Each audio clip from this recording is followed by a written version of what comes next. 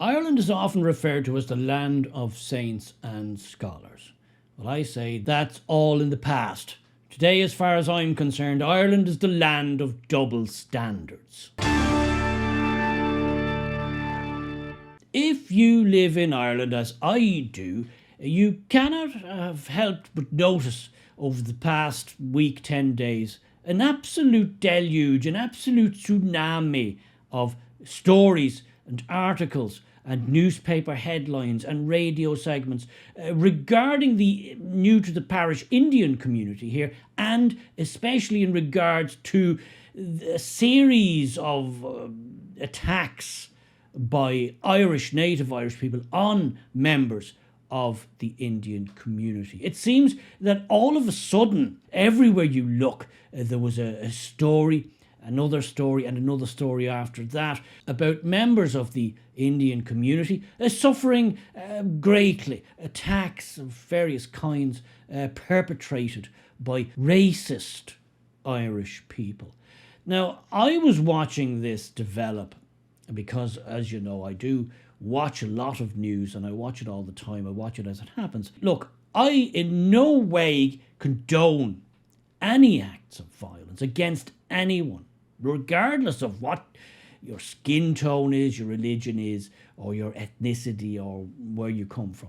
Wrong is always wrong. And I shouldn't need to say that. And I know you're probably thinking, well, he doesn't need to say that because I'm a rational human being, as I'm sure you are too. So we all condemn acts of violence against a person or persons, regardless of the context. Now, what we saw was a psyop, a psychological operation, perpetrated, in my view, by our government. Because this psyop really wasn't random. It's like all of a sudden, Indian people were being set upon left and right. And yet, as I said at the start, the double standard. There are quite a number, many in fact, attacks on Irish people of various kinds, mainly sexual assaults of one kind and another, are somehow not mentioned. There's nothing said about that. They're just random things by random people. But the various attacks on the Indian community, somehow, according to the Irish mainstream media and the government, well, that's a societal problem for us Irish. We all share the blame for that. Irish young men, especially, very deeply racist against Indian people. And yet, if an Indian person, which has happened, as I said, on multiple occasions, comes here and commits a serious assault, a sexual assault, or in one case, abduction of a child, well, that's not something that the Indian community here should address or need to address. That's just a random person did a random thing. That's the double standard that I'm talking about. The ball, it seems to me, got rolling with an attack by some Irish youths, some teenagers, I believe, on an Indian gentleman in Tala, a suburb of Tala, where he was beaten. Now, I saw the footage. It was a terrible attack. I absolutely condemn that. Initially, it was put out there that he was engaging in some activity, but I think it was quickly debunked. He just really got beaten up. And that, as I say, a terrible thing. Now, quickly on the heels of that, now there were marches and various things after that, so it was kind of they were trying to make that into a bit of a George Floyd moment. It didn't really get going. So immediately after that, I saw this article here in the journal.ie, that bastion of completely non-biased reporting, where this Indian woman, Priyanka Borbujari, she's here, I believe, completing her studies or something like that, and she's also does a bit of journalism, and of course she has all the right views and opinions, and as far as I know, she's part of her studies is gender studies, so she'd fit well in with the people at the journal, as you can imagine. And she came out and said, well, I'll just take a quote, the quote from the article. I did read the article, which basically said, the reality is, even as Ireland has suffered at the hands of the British for several centuries, Ireland in this century has not yet come to terms with its own whiteness and white privilege. Okay, so you can see where we're going with that. Immediately the Irish are well, we're privileged now and we should just, stop talking about certain things. Now, that was quickly followed by article after article after article, event after event after event of Indian people seemingly falling foul of the native Irish people and being attacked and being verbally abused and being physically abused. And then there was the case of a 6-year-old girl who allegedly was abused by some other kids, verbally and physically. Now, there was no footage of that. I'm not denying that it didn't happen. I'm just saying that this is alleged. Of course, the mainstream media, TV, radios, newspapers, they were tripping over themselves to interview the Indian mother who's here a few years. And of course, it was all over the place. After that, we had a taxi driver who was supposedly assaulted. And it was just never ending. And it was just out of nowhere. That doesn't happen. That doesn't... Look, all of a sudden, now every day, an Indian is seemingly getting attacked or abused by Irish people on the streets of Ireland. So the narrative all week was that we Irish people, we are in some way racist towards Indian people. And we're terrible, and we're bad, and we're evil, and it all needs to stop. Now, what was the end game of all this? Well, you're not going to be in any way surprised that the Indian people wanted more laws, or more draconian laws, brought in so that people can't in any way say bad things about them, let alone do anything else. But we have those laws anyway. And in the government, of course, where Simon Harris was quick to condemn everything, of course he was, because he's under pressure of his own in other ways. And of course he was tripping over himself to meet with the Indian representatives in this country. Of course, the Indian ambassador was quick out of the gates to condemn everything, and of course also give the inference that us Irish were very bad people and we're very racist, and we need to stop it. And this was just incessant. And as far as I'm concerned, it was just so on the nose, so in your face. Really, as PSYOPs go, it was terrible. I demand a better standard, a better quality of PSYOP, because I think we're being very poorly served in the PSYOP department. It wasn't even subtle, guys. It wasn't even done well. So let me just show you.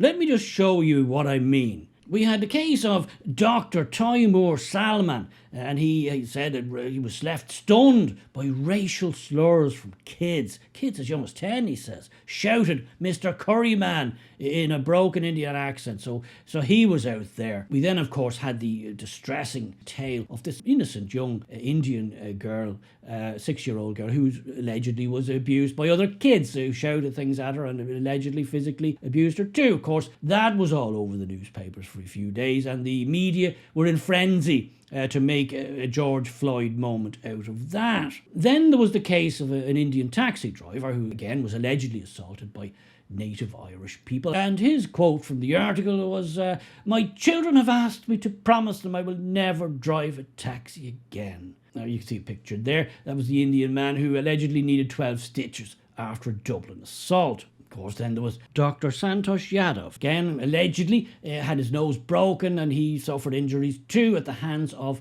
terribly racist, violent Irish people. So you see where I'm going there. All right, this was basically at this stage a feeding frenzy. It would seem, if you just watched the mainstream media, that Indian people who had come to our shores to help us in many ways were just being randomly attacked here, there, and everywhere. Of course, the Indian embassy was quick to get on board, issuing safety advisory. The gist of their spiel was that it was warning its citizens to take reasonable precautions for their personal security, following what it said was an increase in physical attacks reported against Indian citizens recently. Now, what nobody seemed to be all that concerned about was the Indian attacks on Irish people.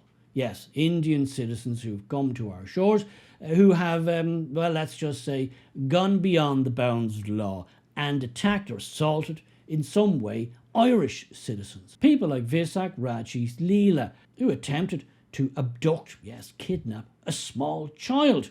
Well, he got a 3-year suspended sentence, didn't do a day in jail.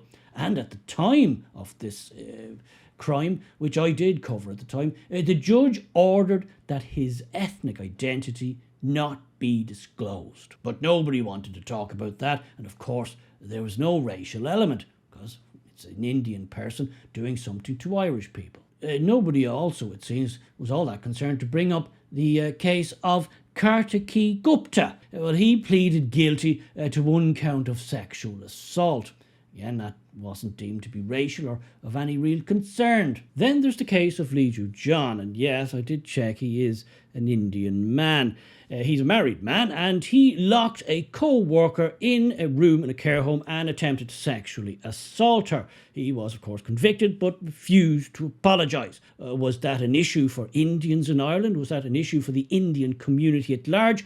Did we have to get the ambassador in to talk about the Indian community at large's behaviour in Ireland? No, we didn't. No. That was just a one-off, one random thing. Or how about this paragon of virtue again from India? Vimal Karthik Balasubramaniam. Wouldn't want to say that after a few pints. Well, what did he get up to? He sexually assaulted a 14-year-old girl on a bus for 40 minutes. Did he get any jail time? No, he didn't. He got a suspended sentence. But nobody wanted to talk about that. Was that a racial attack? Well, according to the Irish mainstream media, no. They had no interest in that angle, because that, again, was an Indian man assaulting somebody who wasn't Indian. So nothing to do with race, obviously. And what of Irish people travelling to India? Well, if you go and read what the Irish Department of Foreign Affairs says about women travelling to India, they say this: women should use caution when travelling in India. Recent sexual attacks against female visitors in tourist areas and cities show that foreign women are at risk. Tourists have been the victims of sexual assault in Agra, Goa, Delhi, Bangalore, Madhya, but you get the idea. India is very definitely not an easy, friendly, laid-back location for women visitors and tourists. And a very sad case in point is the case of Irish woman Danielle McLaughlin.